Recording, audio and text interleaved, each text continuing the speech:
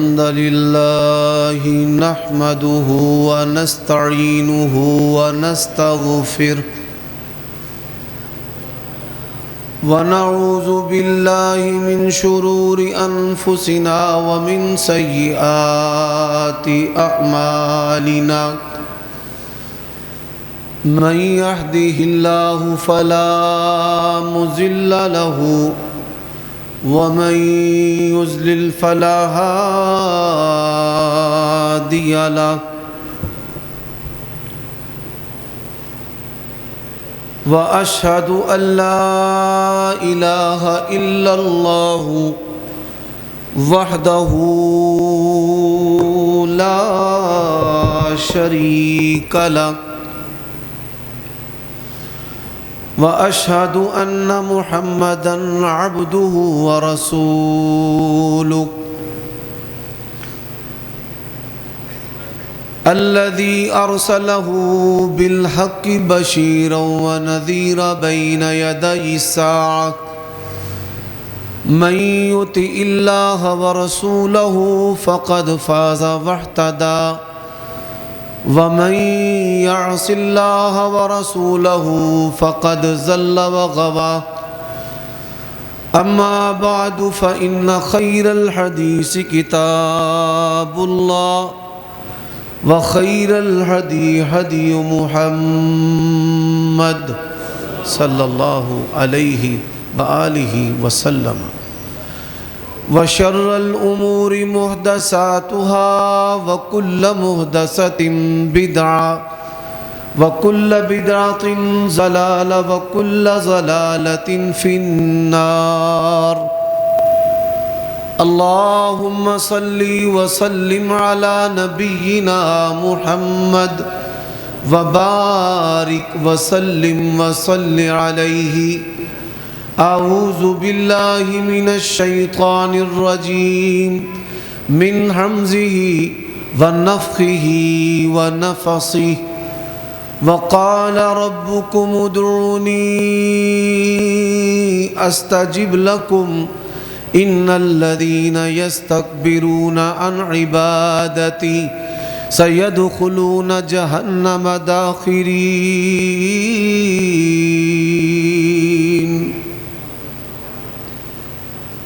عیوب اور نقائص سے منزہ اور پاکیزہ تمام قسم کی حمد و ثنا اللہ وحدہ لا شریک لہ کے لیے، اور درود و سلام شفیع للمذنبین خاتم النبیین رسول کریم رؤوف الرحیم صلی اللہ علیہ وآلہ وسلم کی ذات اقدس پر۔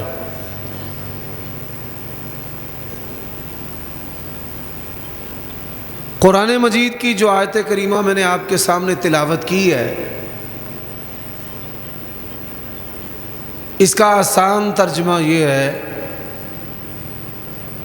ہم سب کے پروردگار نے ہمیں یہ حکم دیا ہے کہ مجھے پکارو،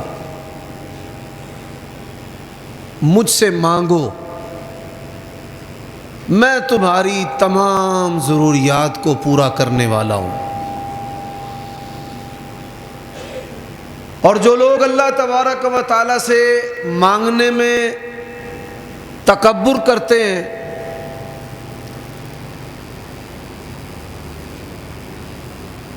اللہ تبارک و تعالیٰ ایسے لوگوں کو ذلیل و رسوا کر کے جہنم رسید کرے گا۔ ایک تو یہ اسپیکر کی جو آواز ہے نا، یہ سادی کر دیں، اور یہ جو وسل ہے اس کو بھی ختم کر دیں تاکہ بلا تعطل میں اپنی گفتگو کو جاری رکھ سکوں۔ حضرات، آج کے خطبہ جمعہ کے اندر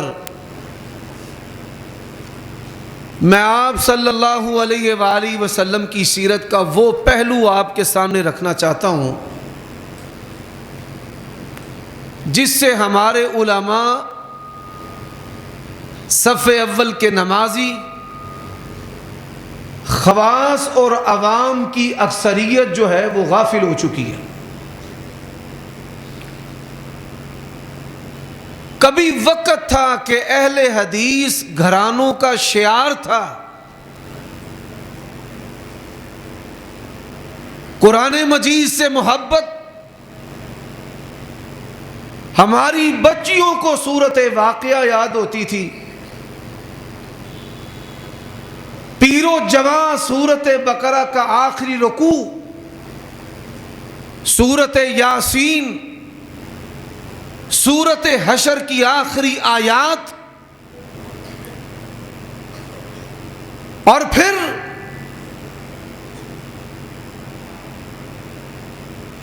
اپنوں کی کوتاہی سے ہمارے اسٹیجوں پر ایسے علماء واعظین آ گئے کہ جو گفتار کے غازی ہیں، کردار میں زیرو ہیں. اور ہماری مساجد کے اندر، ہمارے اداروں میں، ہمارے اسٹیجوں پر جہالت نے ناچنا شروع کر دیا، اور اسٹیج ڈراموں کی طرح، تھیٹروں کی طرح ہم نے ماحول پیدا کیا. اور پھر ظلمات بعضها فوق بعض اہل حدیث تنظیموں کے اندر تقسیم ہو گئے. شخصیت پرستی کے جام پینے لگے. آج ہماری جو نوجوان نسل ہے اس کو کلمہ طیبہ بھی صحیح طریقے سے پڑھنا نہیں آتا. نوافل چور ہیں، تکبیر اولیٰ سے غافل ہیں. جلوت تو بڑی بہتر ہے، خلوت میں رب سے یاری نہیں ہے. یہی وجہ ہے کہ آج آپ بڑے بڑے علماء کو تو سنتے ہیں، لیکن آپ کبھی یہ دعا نہیں کرتے کہ اللہ تو میرے بیٹے کو اس عالم جیسا بنا دے. وہ وقت گزر چکا کہ جب مولانا حافظ عبداللہ شیخ پوری رحمت اللہ علیہ کو لوگ سنتے تو دعائیں کرتے، اللہ ان جیسا ہماری اولاد کو بنا دے. مولانا محمد حسین شیخ پوری رحمت اللہ علیہ، اللہ ان جیسا ہماری اولاد کو بنا دے. اور آج کانوں کے چسکے تو لیتے ہیں، جنت کی بشارتیں تو سنتے ہیں، جھوم جھوم جاتے ہیں، لیکن علماء اور ان کی زندگیاں ہمارے لیے نہ قدوہ ہیں، نہ اسوہ ہیں، نہ مشرع راہ ہیں. میرے بھائیوں، اس کا نتیجہ کیا ہوا ہے؟ آپ ذرا غور کیجئے. ہم علماء، ہماری نظریں سرمایہ داروں پر ہیں، مالداروں پر ہیں.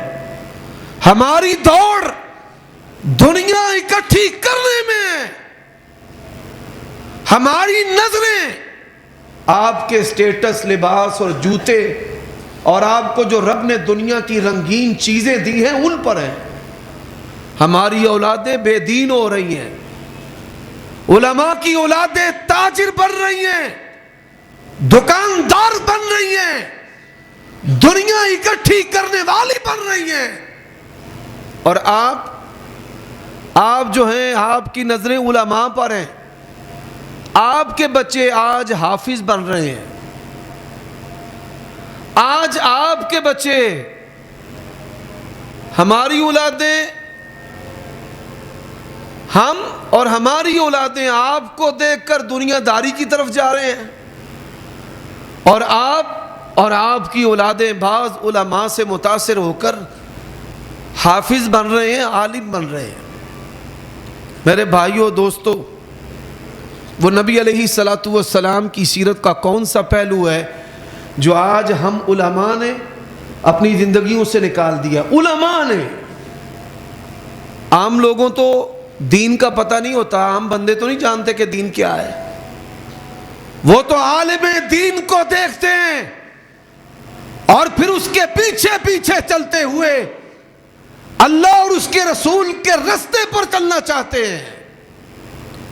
آج ہم علماء نے نبی علیہ الصلوۃ والسلام کی زندگی کے ایسے پہلو چھوڑ دیے کہ جن کو نبی علیہ السلام نے کبھی چھوڑا ہی نہیں تھا۔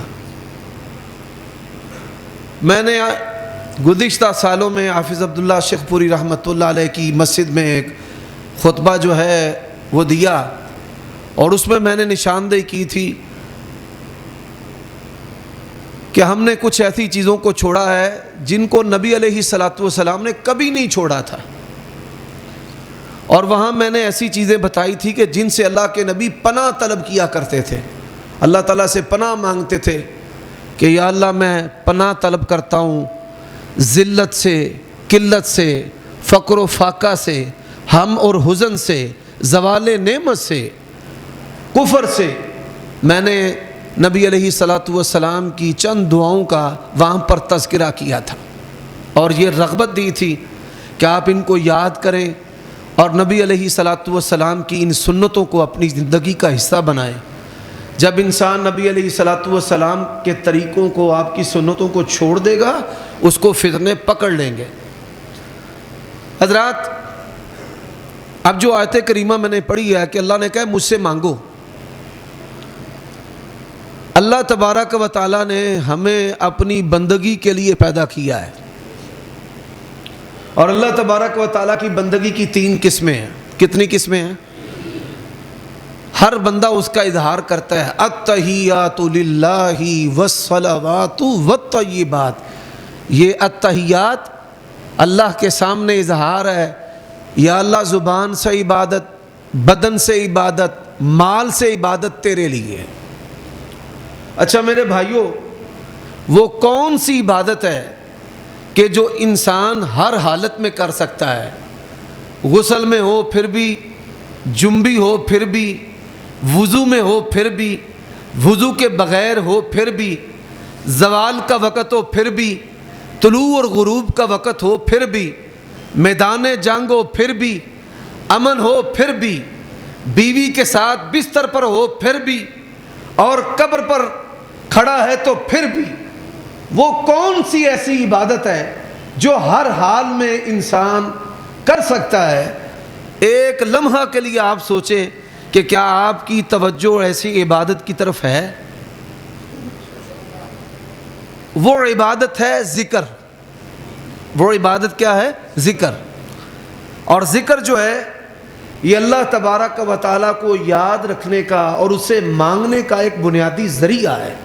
سیدہ عائشہ ام المؤمنین رضی اللہ تعالی عنہا بیان کرتی ہیں، کان یذکر اللہ علی کل احیانہ، اللہ کے نبی ہر حال میں، کسی بھی حالت میں اللہ کو یاد کیا کرتے تھے۔ اچھا میرے بھائیوں، ہم اہل حدیثوں نے دعا کو کان سے پکڑ کر، ذکر کو کان سے پکڑ کر اپنی زندگی سے باہر نکال دیا، اور 50 کے قریب نبی علیہ السلام کی سنتیں مردہ ہو چکی ہیں۔ دیکھیے نقصان کتنا بڑا ہوا ہے۔ ہمیں یہ معلوم نہیں ہے کہ کن وقتوں میں دعا قبول ہوتی ہے، ہمیں یہ معلوم نہیں ہے کہ کن جگہوں میں دعا قبول ہوتی ہے، ہمیں یہ بھی معلوم نہیں ہے کن کن بندوں کی دعا قبول ہوتی ہے۔ وہ کون سے ایسے افراد ہیں کہ جن کی دعا کو آسمان کا رب رد نہیں کرتا؟ ذرا غور کیجئے، ان الذین یستکبرون عن عبادتی، جو بندے میری عبادت سے اعراض کرتے ہیں، تکبر کرتے ہوئے۔ اب دیکھیے، ہم ضرورت مند بھی ہیں اور متکبر بھی ہیں۔ اللہ کے نبی علیہ السلام نے فرمایا، اللہ ایسے بندے پر لعنت کرتا ہے، ضرورت مند بھی ہے، محتاج بھی ہے اور متکبر بھی ہے۔ ہم میں سے کون سا ایسا بندہ ہے کہ جس کی ضروریات اور خواہشات نہ ہو؟ کسی کے پاس کاروبار نہیں، کسی کے پاس مکان نہیں، کسی کے پاس اولاد نہیں، کسی کے پاس بیٹے نہیں، کسی کے پاس ویزے نہیں، اور کسی کے پاس بچوں اور بچیوں کے رشتے نہیں، مارے مارے پھرتے ہیں۔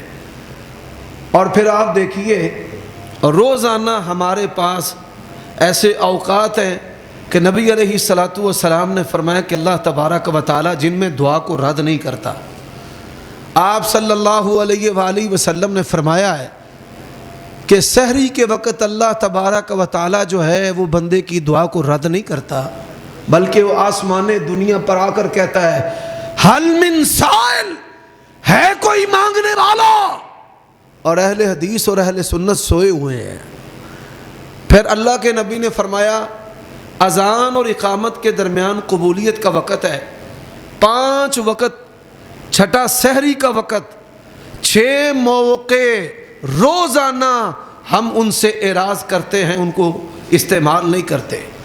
اور اللہ کے نبی نے کہا ہر فرض نماز کے بعد آسمان کا رب دعا کو قبول کرتا ہے۔ وہ اجتماعی دعا نہیں کرتے، تم سے انفرادی دعا کس نے چھڑا دی ہے؟ 30 سال ہو گئے ہیں کہ ہم نے انفرادی دعائیں، آج کتاب و سنت کا دعویٰ کرنے والے ذکر کے اندر اور دعا کے اندر سب سے زیادہ کوتاہی کرتے ہوئے نظر آتے ہیں۔ آپ اندازہ کیجئے نبی علیہ الصلوۃ والسلام کا حکم ہے سجدے کے اندر دعا کرو، 17 رکعتیں ہم فرض پڑھتے ہیں، 10 اور 12 رکعتیں ہم نفلوں کی پڑھتے ہیں، 3 وتر پڑھتے ہیں، 30 کم سے کم رکعتوں کے اندر 60 سجدے آتے ہیں، 60 موقع دعا کی قبولیت کے ہم روزانہ رد کرتے ہیں، ان کو اختیار نہیں کرتے۔ اتنی بڑی غفلت۔ ان الذین یستکبرون عن عبادتی سیدخلون جہنم داخرین۔ حضرات یہی پر بس نہیں، اللہ کے نبی نے فرمایا تشہد کے اندر دعا کیا کرو، قامن ان یستجاب لکم، قریب ہے کہ اللہ تمہاری دعا کو قبول کرے، تمہاری دعاؤں کو رد نہ کرے۔ میرے بھائیوں، اب کتنے تشہد ہوتے ہیں آپ اس کا اندازہ آسانی سے لگا لیں کہ 15 سے 20 تشہد ہم روزانہ کرتے ہیں، 60-70 مواقع روزانہ دعا کی قبولیت کے ہم چھوڑ رہے ہیں، ان سے غافل ہیں۔ میرے بھائیوں، اب نبی علیہ الصلوۃ والسلام نے فرمایا کہ کن کی دعائیں جو ہیں اللہ تعالیٰ رد نہیں کرتا۔ آج ہماری نسلوں کا بیڑا غرق کر رہے ہیں ماؤں کو بخشانے والے جاہل مولوی، ٹپے دوڑے مائے اور گانے اور نغمے مسجدوں کے اندر پڑھتے ہیں اور آنسو بھی نکلواتے ہیں اور جیبیں بھی خالی کرواتے ہیں اور جہالت بانٹ کر جاتے ہیں۔ میری مائیں بہنیں بھی مجھے سن رہی ہیں، یہ مسئلہ آپ میں سے کئی بندوں نے آج زندگی میں پہلی مرتبہ سننا ہے۔ سننا اس لیے کہ دعا کو ہم نے اپنی زندگی سے نکال دیا ہے۔ نبی علیہ السلام نے فرمایا 3 بندوں کی دعاؤں کو اللہ رد نہیں کرتا۔ کتنے بندوں کی دعاؤں کو رد نہیں کرتا؟ ان میں کس کی دعا کو اللہ رد نہیں کرتا؟ فرمایا دشمن سے صف آرا ہے، پہلے مورچے پر ہے، رب کے لیے لڑ رہا ہے، اسلام کے لیے لڑ رہا ہے، اس وقت اپنے رب سے بات کرتا ہے، اللہ اس کی دعا کو رد نہیں کرتا۔ دعا المسافر، اللہ کے لیے سفر کر رہا ہے، رزق حلال کے لیے سفر کر رہا ہے، اسے کہتا ہے کہ یا اللہ تیرے حکموں پر، تیرے نبی کے طریقوں پر رزق کمانے کے لیے میں دوسرے شہر اور دوسرے ملک میں جا رہا ہوں، تیری رضا کے لیے کہ میں حلال و حرام میں فرق کر سکوں، اسلام کے لیے، حج کے لیے، عمرے کے لیے، دین کے لیے، تعلیم کے لیے سفر کرتا ہے۔ جو رب کے لیے سفر کرتا ہے، وہ عبادت کا سفر ہو، تعلیم کا سفر ہو یا وہ رزق حلال کا سفر ہو، خالصتاً اللہ کے لیے سفر کرنے والے مسافر کی اللہ دعا کو رد نہیں کرتا۔ اچھا، اب تیسرا بندہ کون ہے؟ نبی علیہ السلام نے فرمایا دعا الوالدی لی ولدہ، اللہ باپ کی دعا کو اولاد کے حق میں رد۔ لوگوں نے یہ تصور ماؤں کے لیے بنایا ہے، اصل حدیث باپ کے بارے میں ہے کہ باپ کی دعا کو اللہ رد نہیں کرتا۔ لوگ مجھے فون کرتے ہیں دعا کریں، میں کرتا ہوں اور کہتا ہوں تیرے والد زندہ ہیں؟ کہتا ہے ہاں۔ میں کہتا ہوں جا اپنے باپ سے دعا کروا۔ ایک بندہ کہنے لگا میرے ابا جی تو نماز نہیں پڑھتے، آپ کہتے ہیں ان سے دعا کرواؤں؟ میں نے کہا اللہ کی قسم تو نماز کی بات کرتا ہے، باپ کافر بھی ہو، اللہ اولاد کے بارے میں باپ کی دعا کو رد نہیں کرتا۔ اور یہ جہالت ہے۔ رسول اللہ صلی اللہ علیہ وسلم کا فرمان، ہم اس کو چھوڑ کر مولویوں کی جیبوں میں پیسے ڈالتے ہیں اور کہتے ہیں جی ہمارے لیے دعا کرو۔ ماں باپ کو چھوڑ کر امام کعبہ سے بھی دعا کرواؤ گے، اللہ کی قسم تمہیں کبھی بھی قیامت کی صبح تک رب کا قرب نصیب نہیں ہو سکتا۔ اچھا جی، یہ میں بڑے دکھ سے باتیں کر رہا ہوں، بڑے دکھ سے۔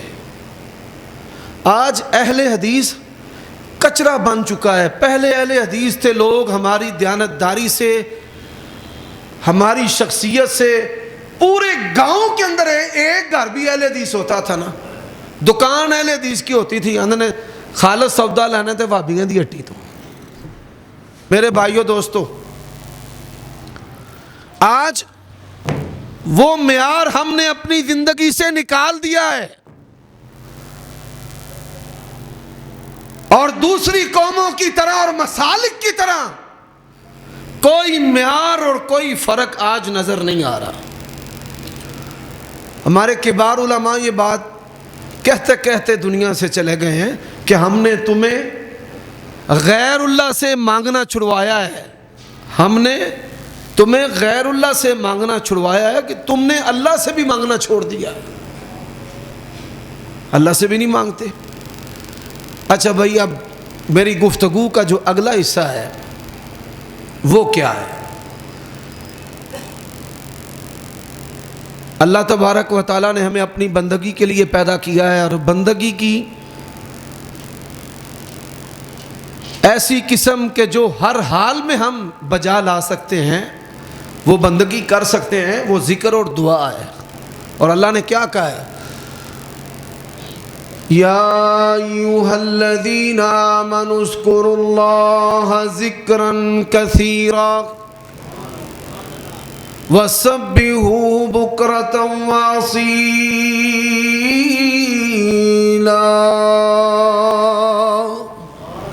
اے ایمان والو، کثرت کے ساتھ اللہ کو یاد کرو، کثرت کے ساتھ۔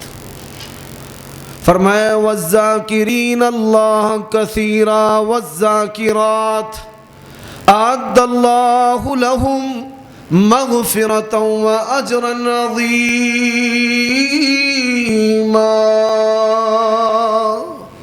اللہ کے بندے بہت زیادہ اللہ کو یاد کرتے ہیں۔ اب دیکھیں ہم کس طرح غافل ہیں۔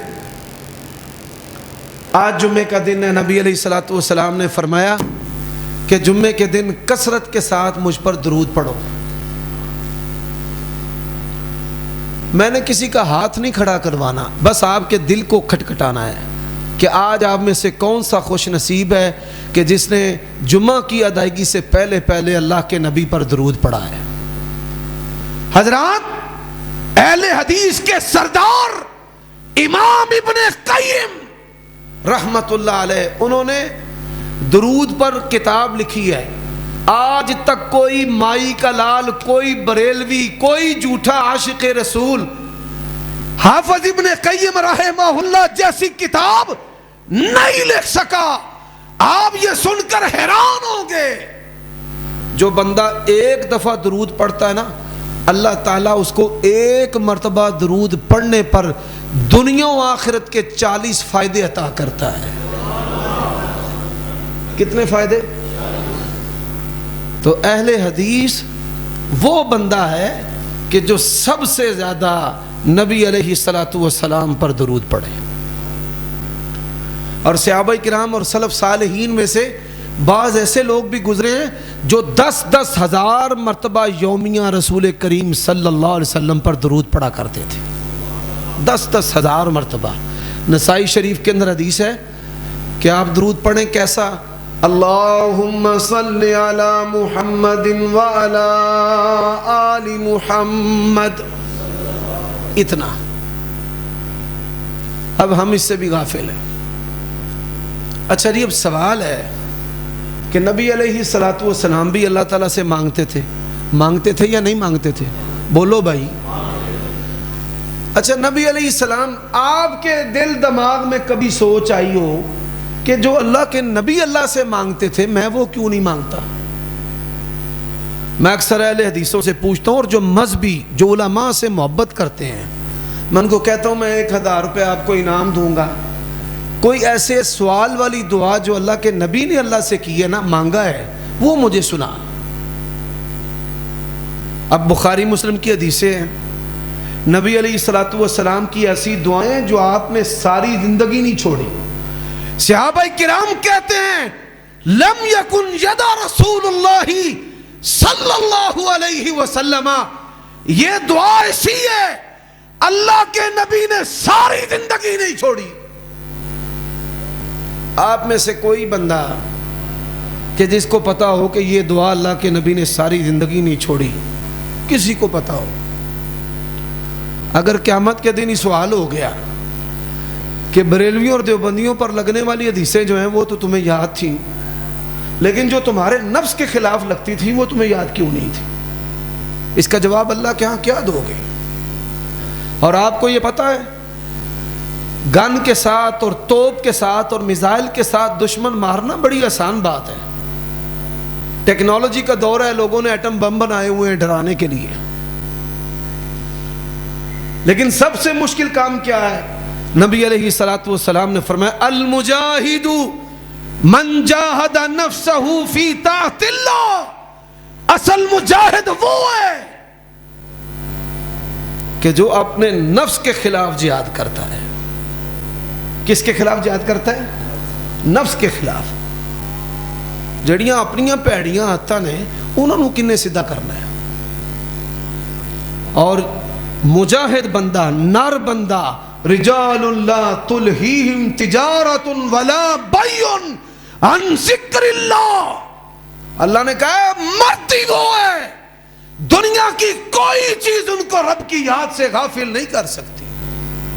وہ اگر بیوی کے ساتھ بھی لذت کے لمحات میں ہے نا تو وہاں بھی کہتے ہیں بسم اللہ اللہم جنبنا الشیطان وجنب الشیطان ما رزقتنا، وہ وہاں پر بھی اللہ کی یاد کرتے ہیں۔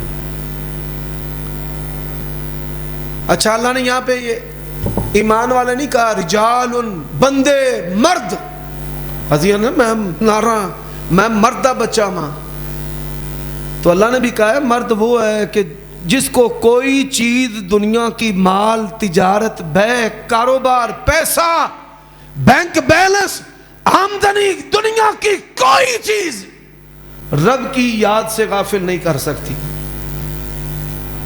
آج ہم کچرے بن گئے ہیں، مال ہے، مالدار ہے، اس کا بھی کوئی معیار نہیں، غریب ہے اس کا بھی کوئی معیار نہیں، مولوی ہے اس کا بھی کوئی معیار نہیں، پہلی صف کے بندے ہیں ان کا کوئی معیار نہیں۔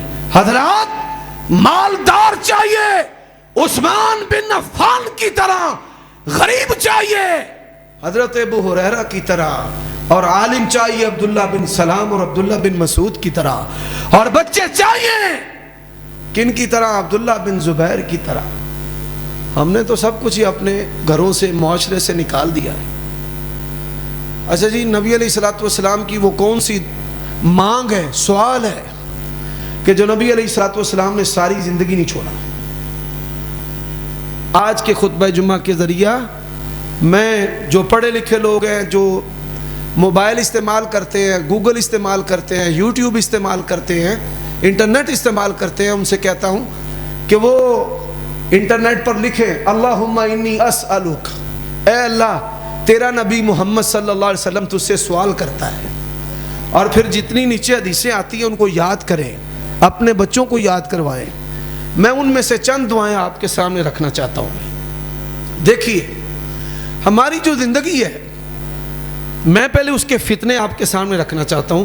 ہماری زندگی کا ایک فتنہ ہے سیکس، زنا، بدکاری، خوبصورت چہروں کا مریض ہونا، اور یہ چاہنا کہ سب سے خوبصورت جو لڑکی ہے وہ میری بیوی ہو، اور لڑکی کی یہ سوچ ہوتی ہے کہ سب سے خوبصورت جو لڑکا ہے وہ میرا خامد ہو۔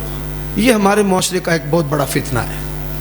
حضرات، بیویوں کا یا بیویوں کے لیے خامدوں کا انتخاب شہوت کی بنیاد پر نہیں ہوتا.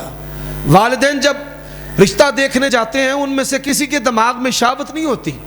ادب آداب کو، حسب و نسب کو، عادات کو، طریقے کو، رہن سہن کو، ماں باپ کے رویے کو، حالات کو، ان کی اچھی شہرت کو، ان ساری چیزوں کو دیکھ کر جمع نفی کر کے وہ اپنے بیٹے بیٹی کے لیے رشتے کا انتخاب کرتے ہیں. اور جو لوگ یہ کام خود کرتے ہیں، لڑکا یا لڑکی، وہ تو شہوت سیکس کی بنیاد پر کرتے ہیں. اور کسی نے اسلام کی سچائی کو جاننا ہو تو دیکھ لے کہ آج خود رشتے کا انتخاب کر کے کورٹ میرج کرنے والے، جب سے یہ کائنات بنی ہے، جب سے اللہ کے نبی دنیا میں آئے ہیں، تب سے لے کر آج تک اسلام کی 15ویں صدی ہے، کوئی کورٹ میرج مفرور لڑکی کا نکاح کامیاب ہو سکا نہیں. یہ اسلام کی سچائی کی سب سے بڑی دلیل ہے. اچھا حضرات، دوسرا فتنہ ہے ہمارے گھروں میں نافرمان اولادوں کا، لڑکوں کا اور لڑکیوں کا. چھوٹے چھوٹے بچے ہیں، ماں باپ کے سامنے زبان درازی کرتے ہیں اور ماں باپ کو بے بس کر دیتے ہیں اور مجبور کر دیتے ہیں. ہمارے معاشرے کا تیسرا فتنہ رزق ہے. خواہشات کی تکمیل اور فیشن ہے. اپنے گھروں کی سجاوٹ اور بناوٹ پر ہم کروڑوں ضائع کرتے ہیں اور اس دوڑ میں حلال و حرام کا فرق بھی مٹا دیتے ہیں. حضرات، ہمارے معاشرے کا چوتھا فتنہ لڑائیاں اور جھگڑے اور مقدمات اور تھانے اور کچہریاں ہیں. اسی طرح بڑی خواہشات ہے، خواہشات کی تکمیل. میرے بھائیوں دوستو، نبی علیہ الصلوۃ والسلام آپ ایک ایسی دعا پڑھتے تھے، جو بندہ یہ دعا پڑھے اللہ کی قسم ہے یہ ظاہری فتنے اس کی زندگی کے اندر نہیں آ سکتے. یہ میں نے جتنے بھی آپ کو بتائے ہیں، یہ دعا یاد کر لیں، کبھی آپ کی اولاد کے بارے میں فتنہ آپ کو نہیں پکڑے گا. بلکہ میں آپ کو یہ بات بتاتا ہوں، اللہ کے نبی علیہ الصلوۃ والسلام آپ ایک ایسی دعا پڑھتے تھے. میں جب گھر سے نکلتا ہوں نا، مولویاں دیاں اولاداں دے ہوتے شیطان بڑا پھیرا دے کے رکھتا ہے، ان سے گناہ کرواتا ہے، پھر ان کو معاشرے میں ذلیل کرتا ہے اور ان کی عزت نہیں رہتی اور لوگ ان کے پیچھے نمازیں پڑھنے کے لیے تیار ہی نہیں ہوتے. شیطان ان سے کام ہی ایسے بڑے بڑے کروا دیتا ہے، گناہ کروا دیتا ہے. لیکن نبی علیہ الصلوۃ والسلام کی ایک دعا ہے، اللہم انت صاحبی فی سفری ھذا. یا اللہ، یہ جو سفر ہے نا، اس سفر میں میرا رفیق سفر تو ہے. اللہ، سفر میں میرا رفیق سفر کون ہے؟ تو ہے. والخلیفۃ فی الاہل والمال، ساتھ بھی تو ہے اور میرے گھر میں میری غیر موجودگی میں بھی تو ہے. یہ بہت بڑی جامع دعا ہے. اہل حدیث کی اکثریت کو 99% لوگوں کو یہ دعا نہیں آتی. اور پنجابی میں پڑھ لیا کرو، اردو میں پڑھ لیا کرو، یا اللہ تو سفر میں میرے ساتھ ہے اور میرے گھر اور میرے مال میں بھی تو ہے. اللہ، میری جوان بچیوں کی عزتوں کا رکھوالا تو ہے. اللہ، میں نے جو مال کمایا ہے، میرے بچوں کی جوانیوں کا رکھوالا بھی تو ہے. اچھا میرے بھائیوں، وہ میں سسپینس نہیں رکھنا چاہتا. وہ دعا کون سی ہے؟ اللہم انی اسألک العفو والعافیۃ فی الدنیا والآخرہ.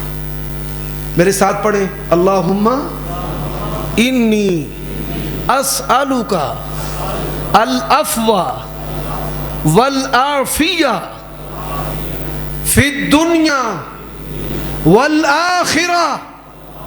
اچھا جی، اس کا ترجمہ اس کو یاد کرنا ہے. نبی علیہ الصلوۃ والسلام نے فرمایا، اسلام کی نعمت کے بعد سب سے بڑی نعمت، اسلام کی نعمت کے بعد سب سے بڑی نعمت وہ کون سی ہے؟ فرمایا عافیت کی نعمت ہے. کس کی نعمت ہے؟ بولیے کس کی؟ عافیت کا مطلب کیا ہے؟ اے اللہ، کوئی بیماری ایسی نہ لگے جو صحت لے جائے، مال لے جائے. اللہ کے نبی نے فرمایا یہ دنیا کا پتر ہلاک ہو گیا۔ ہلاک کیسے ہوا ہے؟ پہلے مال لینے کے لیے، دنیا اکٹھی کرنے کے لیے اپنی صحت گوا دیتا ہے، 18 گھنٹے جاگتا ہے، مال مال مال، اور پھر جب صحت چلی جاتی ہے، جگر کا کینسر ہو گیا ہے، ہارٹ اٹیک ہو گیا ہے، اوپن ہارٹ سرجری ہونی ہے، کڈنی فیل، گردہ فیل ہو گیا ہے، تو پھر صحت کو پانے کے لیے اپنا مال دے دیتا ہے۔ کیسا ہے یہ دنیا کا پتر؟ برباد کیسے ہوتا ہے؟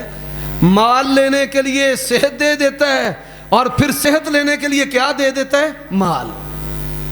بڑے سارے بندوں کو آپ نے دیکھا ہے ان کے پاس عافیت نہیں ہے، اور پھر جب اللہ مال دیتا ہے، لوگوں کی اولادیں زنا کرتی ہیں، شراب پیتی ہیں، نشہ کرتی ہیں۔ اللہم انی اسألک العفو، اللہ تو نے نعمتیں دی ہیں، میری اولاد کے اندر عافیت دینا، ان میں سے کسی کو بھی یہ جو عیب ہے زنا، بدکاری، فحاشی والا نہ پکڑے۔ اور اسی دعا کا اگلا حصہ ہے اللہم انی اسألک العفو والعافیہ فی دینی و دنیای و اہلی و مالی۔ اللہ میرے دین کے اندر بھی تجھ سے عافیت کا سوال ہے، دنیا کے اندر بھی تجھ سے عافیت کا سوال ہے، اہل کے اندر بھی تجھ سے عافیت کا سوال ہے۔ کئی بندے ہیں جن کی عورتیں برائی کی طرف چلی جاتی ہیں، جوان بیٹیاں چلی جاتی ہیں۔ حضرات بیماریوں کے گھروں میں ڈیرے ہیں، ایک بیمار ہوتا ہے وہ اٹھتا ہے دوسرا ہو جاتا ہے، وہ اٹھتا ہے تیسرا ہو جاتا ہے، تیسرا صحیح ہوتا ہے چوتھا ہو جاتا ہے، کوئی نہ کوئی نقصان اور پھٹیگ پڑتی رہتی ہے۔ تیری یہ زبان کیوں نہیں چلتی اور تو کیوں نہیں کہتا اللہم انی اسألک العفو والعافیہ فی الدین و دنیای و اہلی و مالی؟ یہ نبی علیہ السلام کی سنت کو چھوڑنے کا نتیجہ ہے۔ تو یہ دعا ہے، اس کی میں آپ کو نصیحت کرتا ہوں، یہ ابن ماجہ کے اندر بھی ہے اور سنن نبی داود کے اندر بھی، آپ اس کو یاد کریں، ہر وہ دعا یاد کریں، ہر وہ سوال یاد کریں جو نبی علیہ السلام نے اللہ تعالیٰ سے مانگا ہے۔ اچھا جی، دوسری دعا اللہم انی اسألک الہدی والتقی والعفاف والغنی۔ 4 حرف ہیں، 4 حرف۔ پہلا کیا ہے؟ اے اللہ میں تجھ سے، تیرا نبی تجھ سے ہدایت کا سوال کرتا ہوں۔ ہدایت، ہر کام میں ہدایت۔ دنیا داری میں کاروبار کرنے لگا ہوں، اللہ میری رہنمائی کرنا۔ بچی بچے کا رشتہ کرنے لگا ہوں، میری رہنمائی کرنا۔ اللہ فلاں کو میں دوست بنانے لگا ہوں، میری رہنمائی کرنا۔ اللہم انی اسألک الہدی، یا اللہ دین اور دنیا کے ہر کام میں تو نے میری رہنمائی کرنی ہے، میں رہنمائی کا تجھ سے سوال کرتا ہوں۔ دوسرا کلمہ کیا ہے؟ والتقی، یا اللہ میں تجھ سے پرہیزگاری کا سوال کرتا ہوں۔ حضرات ایک بندہ نا جس کو مال مل جائے وہ پرہیزگاری سے دور ہو جاتا ہے، اس سے بڑا فتنہ کیا ہے؟ ایسا عالم جس کے پاس علم ہے اور وہ علم کے باوجود پرہیزگاری نہیں کرتا۔ علم کا فتنہ مال کے فتنے سے بھی بڑا ہے۔ نبی علیہ السلام نے فرمایا نا اللہ تعالیٰ کی عدالت میں 3 بندے پیش ہوں گے، ایک مجاہد ہے، کیا لے کر آیا ہے؟ اللہ تیرے لیے جان دی ہے۔ اللہ فرماتے ہیں تو جھوٹ بولتا ہے، تو نے جان دیا کہ لوگ کہیں کیا لڑا اور کیا دلیری سے شہید ہوا، جو تو چاہتا تھا تجھے دنیا میں مل گیا، آج میری بارگاہ میں کچھ نہیں ہے۔ کئی بندے نا چندہ دے کر کہتے ہیں جی دعا کرنا، اور یہ بات یاد رکھو کبھی نیکی کر کے یہ نہ کہنا کہ اچھا دعا کرنا، دنیا میں تم نے بدلہ لے لیا ہے۔ اگر بعض علماء کو آپ نے ایسے کرتے دیکھا ہے، شاید ترغیب کے لیے یا تعلیم کے لیے کرتے ہو. اللہ تبارک و تعالیٰ کے بندے کیا کہتے ہیں؟ لا نرید منکم جزاء ولا شکورا. ہم نے تم سے کوئی بدلہ نہیں لینا، شکریہ بھی نہیں لینا. ہم نے بدلہ کس سے لینا ہے؟ اللہ سے. کئی لوگ ہیں وہ پیسے دے کر کہتے ہیں جی اچھا جی میرا نام لیں، میرے ابو کا نام لیں اور پھر دعا کریں. حضرات اللہ نے یہ علماء کو زبانیں دی ہیں اپنی تعریف کے لیے، بندوں کی تعریف کے لیے نہیں دی. اور میرے بھائیوں دوستو، ایک عالم بھی پیش ہوگا، ایک سخی بھی پیش ہوگا. ہاں جی یا اللہ بڑا مال دیا ہے، بڑی مسجدیں بنوائی ہیں، ہسپتال بنوائے ہیں، شادیاں کی ہیں، علاج کروائے ہیں. اللہ فرماتے ہیں تو بھی جھوٹ بولتا ہے. تو بھی چاہتا تھا دنیا میں لوگ میری جے جے کار کریں، بلے بلے واہ جی شاہ واہ جی، الحاج میاں صاحب فلاں حضرت شجرت یہ اور وہ اور دس اور ڈیٹ. جا آج میری بارگاہ میں تیرے لیے کچھ نہیں ہے. اور ایک عالم آئے گا، کیا لے کر آیا؟ اللہ میں نے بڑی تقریریں کی ہیں، میں نے بڑے بیان کیے ہیں، بڑی دنیا کو میں سیدھے راستے پر لایا. پر وہ عالم بھی اس کی مثال چراغ کی طرح ہے، لوگوں کو روشنی دے رہا ہے لیکن اپنے تلے اندھیرا ہے. اللہ فرماتے ہیں تو بھی جھوٹ بولتا ہے.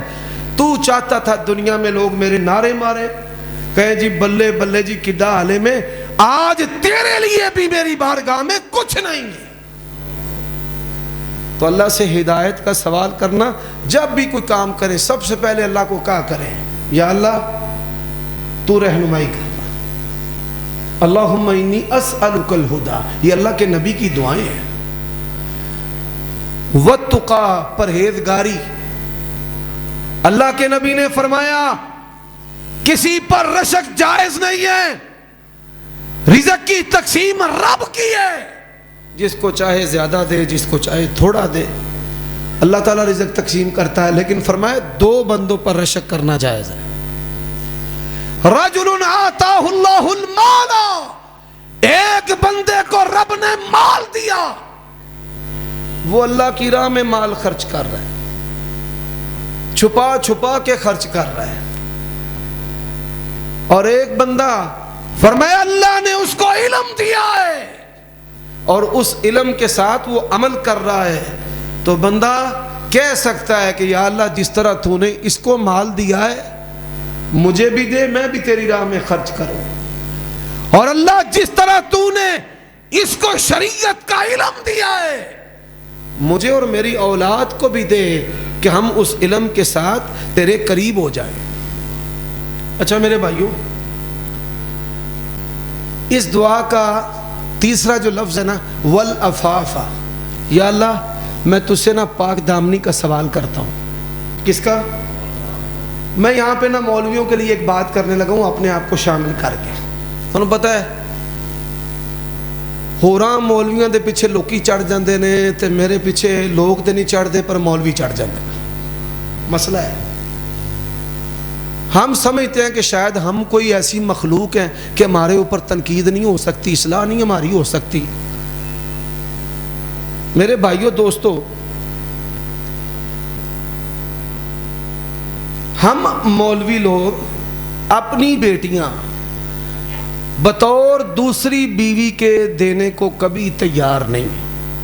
پورے پاکستان جو میں نے کوئی بخاؤ نہ شیخ الحدیث مفتی جنہیں اپنی بیٹی یا بہن دا رشتہ بطور سوکن دے دیتا ہوئے تے ایسی آکھیے جی کیا بات ہے جی حضرت صاحب تے بڑی با عمل نے. لیکن 60 سال کی عمر میں بھی داڑیاں کالیاں کر کے چوپڑ چاپڑ کے لوکاں دیاں تیاں ماما پہنا اسی دوجی دوجی تیجی تیجی چوتھی چوتھی یار لین واسطے تیار. یہ کیا ہے؟ اور اولاد میں سے کوئی بیٹا بیٹی ایسا نہیں ہے کہ جو مثالی مسلمان ہو، ماشاءاللہ برائی میں ان کے ریکارڈ قائم ہے، کوئی اچھائی میں نہیں. تو میں یہ نصیحت کرنا چاہتا ہوں، پاک دامنی کا مطلب کیا ہے؟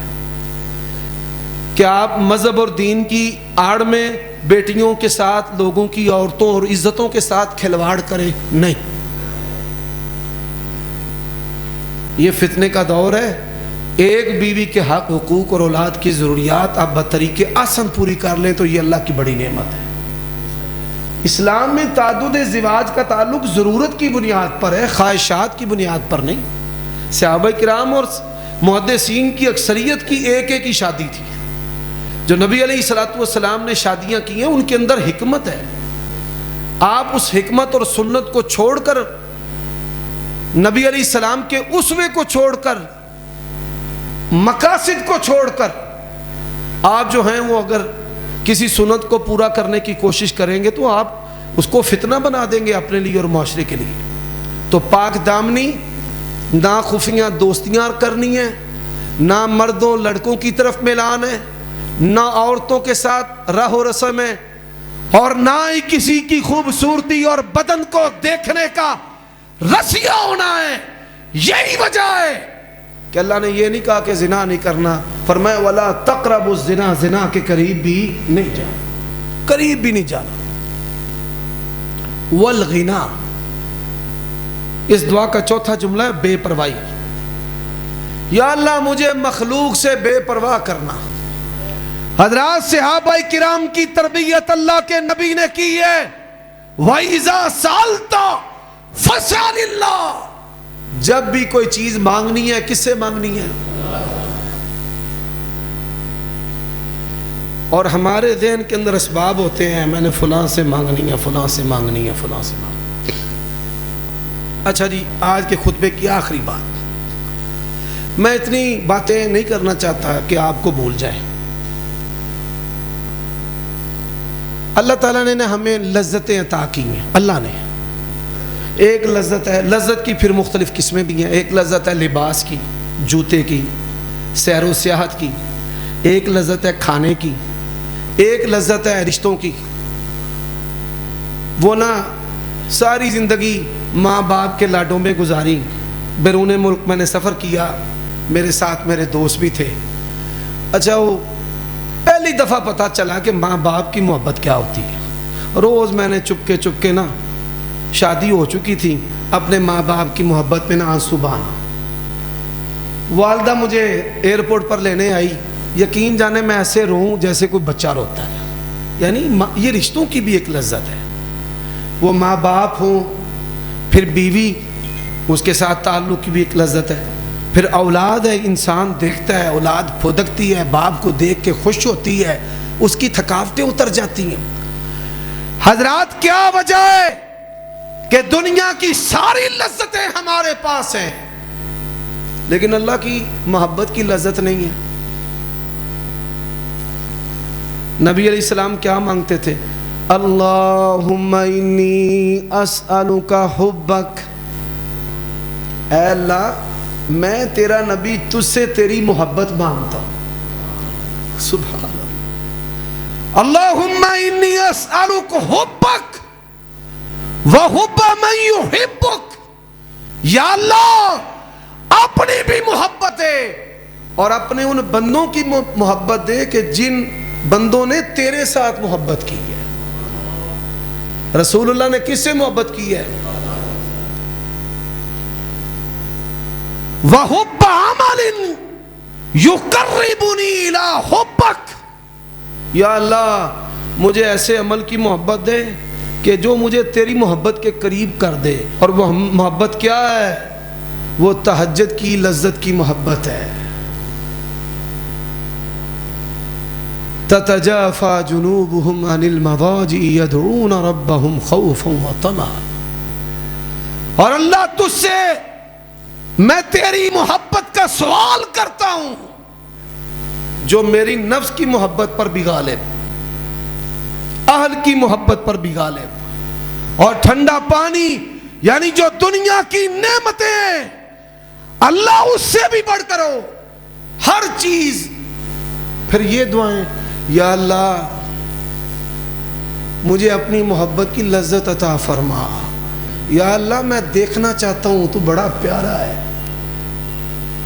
اعوذ بوجہک الکریم وسلطانہ القدیم. یا اللہ ساری زندگی میں پڑھتا رہا ہوں تیرے خوبصورت کرم والے چہرے کے ساتھ میں پناہ طلب کرتا ہوں، یا اللہ میں وہ تیرا چہرہ دیکھنا چاہتا ہوں، اللہ سونے میں تیرے نال ملنا چاہنا، ملاقات چاہنا۔ اے دعا بڑی جامع میں، یہ مطلب کی ہے، یا اللہ میں تیرے نال ملنا چاہنا۔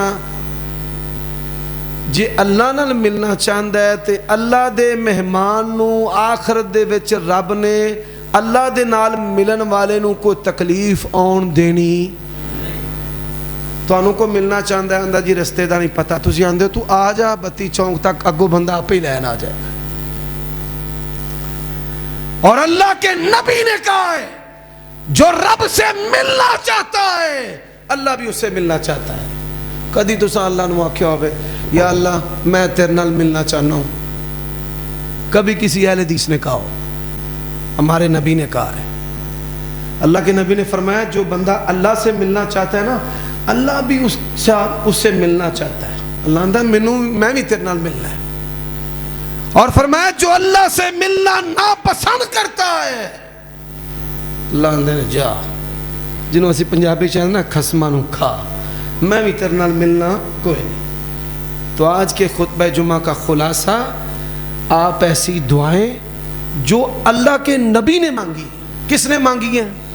وہ ذرا سوچو تے صحیح یار، نبی پاک منگن والے الفاظ، نبی پاک دے عطا کرن والے اللہ، تے جے اسی منگیے انہاں لفظاں دے نال تے ساڈا رب کل یوم ہوا فی شان، اللہ دی ہر شان نرالی، اور پروردگار